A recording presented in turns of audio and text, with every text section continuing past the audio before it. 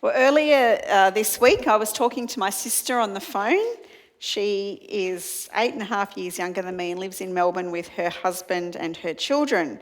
And as I was chatting to her, she was in the car and I was in the car. That's when we usually talk. But my 10-year-old nephew, my favourite 10-year-old nephew, because he's my only one, was also in the car. My only 10-year-old nephew. I've got other nephews, but I tell him that he's my favourite 10-year-old. But part of our conversation started to move towards our nephew's schoolwork. And he was telling me that he had to write a persuasive text and that he had to do it before the end of term. I did think to myself, I'm not sure when I was 10 that I knew what a persuasive text was. But anyway, this has to be finished before the end of term. And I said to him, how long have you got of school left to go? And he told me they go to a Christian school, him and his brother, so it is a bit shorter than government schools. And he said, and I've got to have it typed up and everything. And I said to him, well, Jack, here's the thing. I said, why don't you write it, take a photo of it and send it to me, your favourite auntie, and I'll type it up for you and I'll send it back. And I said, I need you to do something for me if I'm going to do that for you. And he said, what do I need to do?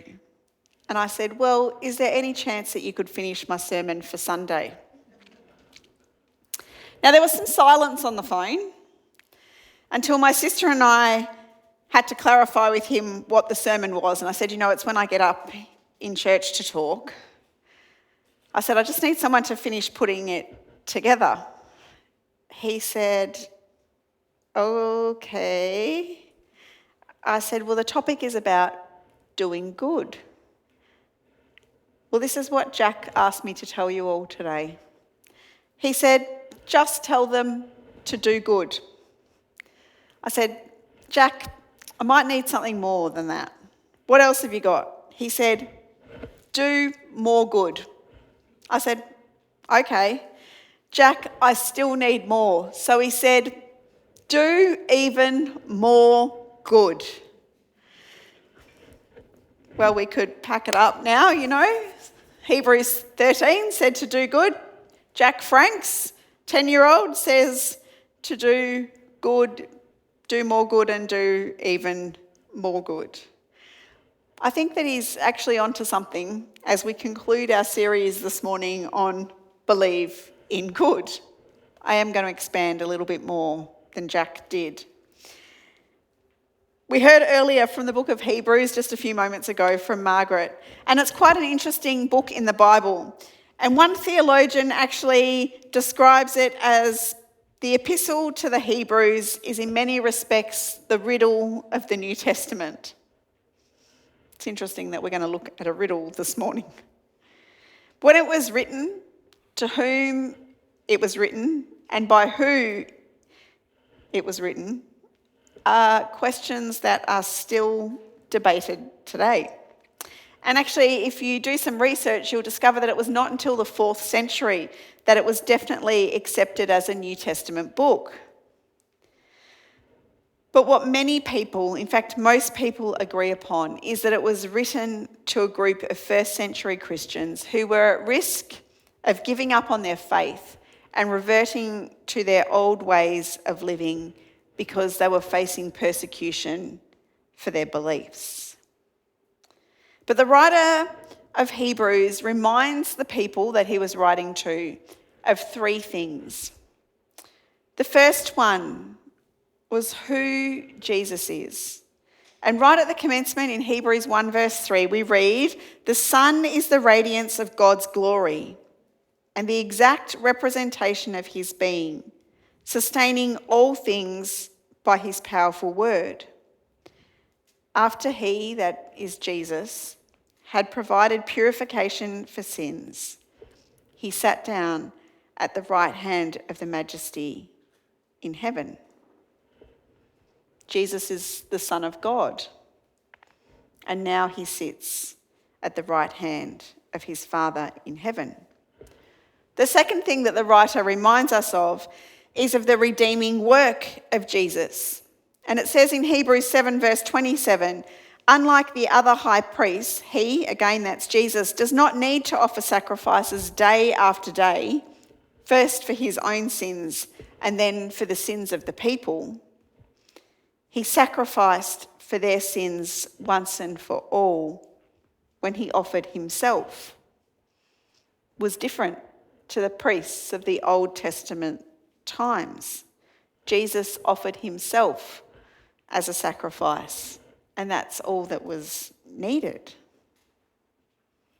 And then the third thing that the writer of Hebrews says is actually about what our response to these things should be. And he encourages the Christians to whom he was writing to persevere in their faith. He says in Hebrews 10, "Let us hold unswervingly to the hope we profess, for he who promised is faithful." Hold on to the hope, persevere, don't give up. This may mean enduring hardship, strengthening ourselves, perhaps living in peace, being holy, being thankful, worshipping God in a way that is acceptable to him. So many ways that we can persevere in our faith. And then we get to the concluding words of chapter 13 that we heard, and in particular, these 16 verses, as Margaret said, give us some excellent advice to the way of living. We're told to be loving, to be pure, to be content, to be loyal, bold, worshipful, and to do good. Obviously very relevant for the people of the day, but still very relevant for us in today's society. And this key verse in this passage says, "And do not forget to do good and share with others, for with such sacrifices God is pleased." Well, doing good is an important aspect of the Christian faith. And this command from Hebrews is applicable for all Christians and for all of us. It could suggest that perhaps there are times that we neglect to do good, which is why the reminder is given. Perhaps we sometimes forget to share with others. But for many of us, this is not intentional. It's just that we get caught up in the busyness of our own lives, the busyness of our families. Sometimes we can become oblivious to the needs of others. Not intentional, but it can happen to all of us, myself included. You know, Jesus expected the disciples to do good works. He taught this and he modelled this to everybody who he interacted with when he walked this earth as a man. When I was about 16 years old, I attended a Salvation Army music camp in Melbourne. And it was actually at this camp, I think, where I made some very significant decisions in who I wanted to be. And it was really important in my development and my discipleship as a young Christian. Now, this didn't have anything to do with my amazing timbrel playing skills. I played the timbrel like a lot of young people in the Salvation Army, or how amazing I was singing in the massed vocal choir. But actually, the biggest impact from this particular camp was the Bible study. And I can still picture where we would gather each afternoon at the camp in Melbourne, and we would sit, we were actually sitting on the grass outside to study Matthew 25, which some of you may know straight away is titled "The Sheep and the Goats." Words of Jesus, where he speaks about separating the sheep and the goats, or perhaps separating people into two groups. One group served others, giving them water, food, an invitation, visiting them in prison, looking after them, while the other group did not. You know, there's two chapters in Matthew's Gospel, chapters 24 and 25, which are actually titled Signs of the End of the Age. And lots of people find them quite confronting, as it talks about condemnation and judgment. But as a 16-year-old at that camp, I actually didn't pick up on the negativity, perhaps the way that it was so confronting for some of my peers. But rather, I think it was then and there that I decided that this is how I wanted to live. That I wanted to be a person who did good, believing that when I was loving and serving others, that it was and still is as if I'm doing it for Jesus himself. There are two verses in Matthew 25 that spoke to me then and I think are still quite pivotal for me these days. Verse 40 says, "Truly I tell you, whatever you did for one of the least of these brothers and sisters of mine, you did for me." But then on the flip side, verse 45 says, "Truly I tell you, whatever you did not do for one of the least of these, you did not do for me." The words of Jesus. Jesus takes the way we treat others seriously and personally. Being good towards others is a means of serving Jesus himself. We're not just serving the person in front of us. Early Christians were very much influenced by this practical aspect of Jesus' teaching. And it was not only Jesus who taught and reminded others that this was a good way to live. The Apostle Paul, when writing to the Christians in Galatia, said this, "Let us not become weary in doing good, for at the proper time we will reap a harvest if we do not give up. Therefore, as we have opportunity, let us do good to all people, especially to those who belong to the family of believers." These words come from a passage in the New International Version that's titled "Doing Good to All." This passage comes right after Paul's teaching on the fruit of the Spirit, where he talks about being filled with love, joy, peace, patience, kindness, goodness, faithfulness, and self-control. Not too different from the passage that we just read from Hebrews 13, where we were encouraged to be loving, pure, loyal, and worshipful. And I don't believe for one moment that it's a coincidence that following both of these teachings on who we should be comes the instruction to do good and to not give up doing good. Because can we do good if we are not filled with the fruit and the Holy Spirit? On Friday, a few of us from Parramatta attended the funeral of Margaret Chia, a lady who had helped in English conversation groups here for over 15 years. And I sat next to Ian Martin at the service, and it was fascinating to hear of all the things that this woman had achieved in her life. It was a life well lived. And I would say it was a life lived to the max, if you want to use that language.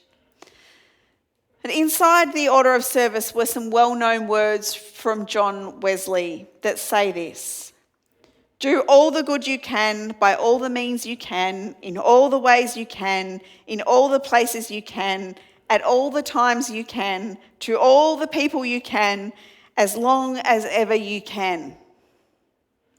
Now, I have read these words numerous times over my life, and I found it quite interesting, although I would probably say not coincidental, that they were inside the order of service.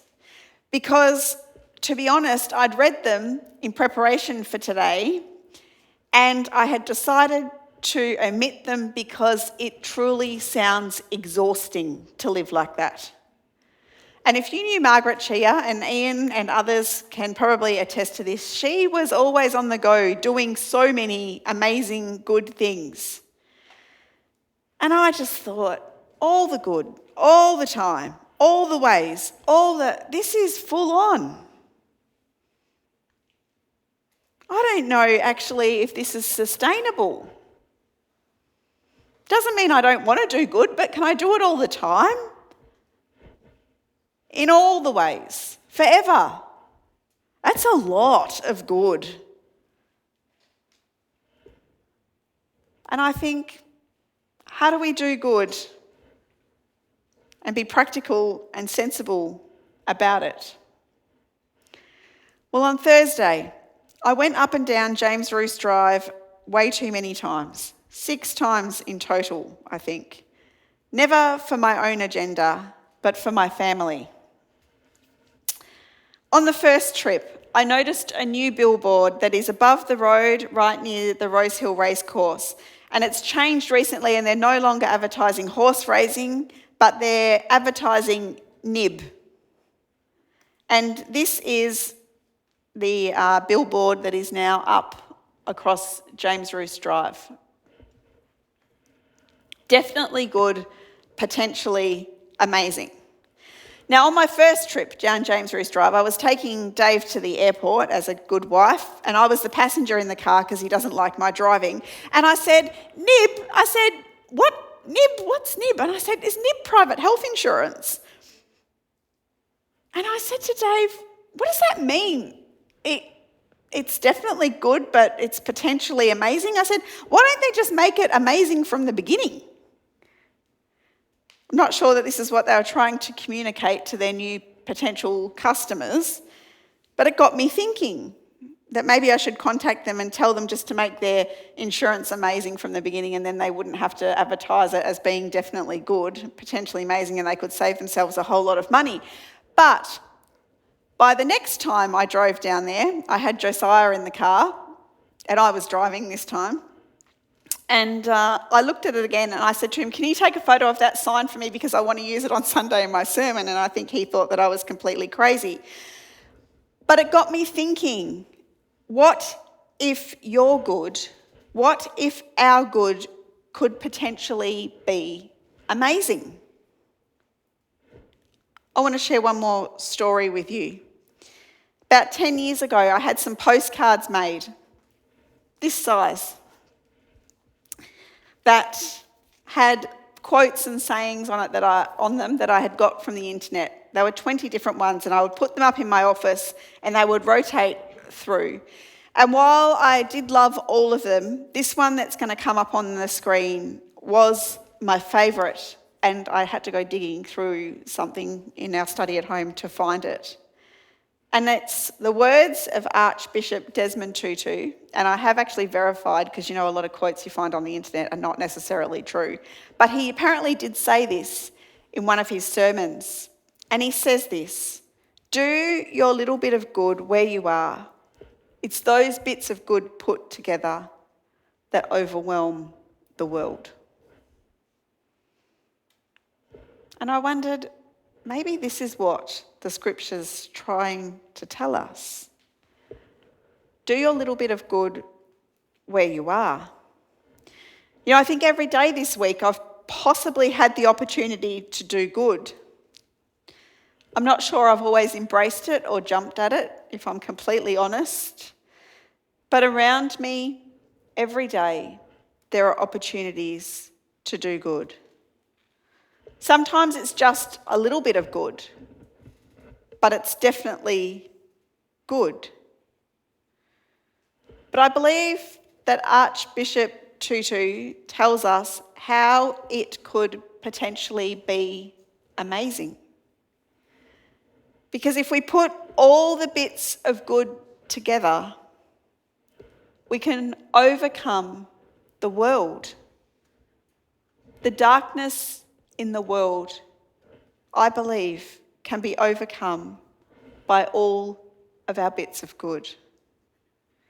Imagine if everyone who is here today did their bit of good where they are, where we are, where I am. But let's go further. Imagine if everybody in our country, even in the world who professes to be a Christian, did their little bit of good wherever they are too.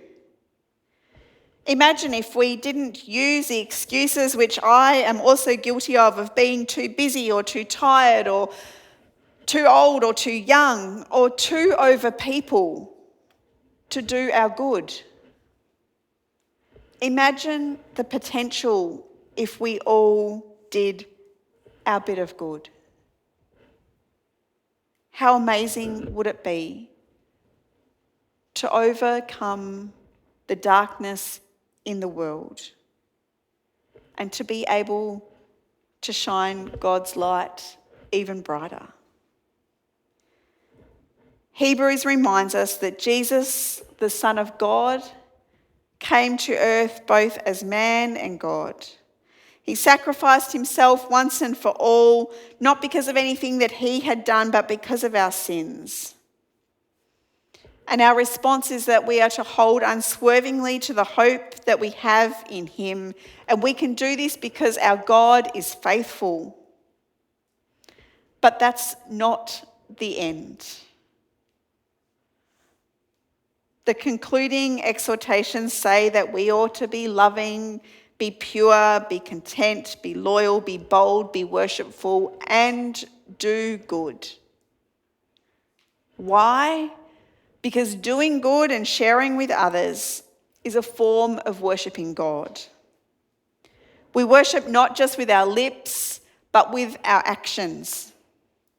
And in doing good, we are being the hands and the feet of Jesus in this world who so desperately needs to see the light. We extend his love and his compassion towards others in the hope that we can overcome and overwhelm the world.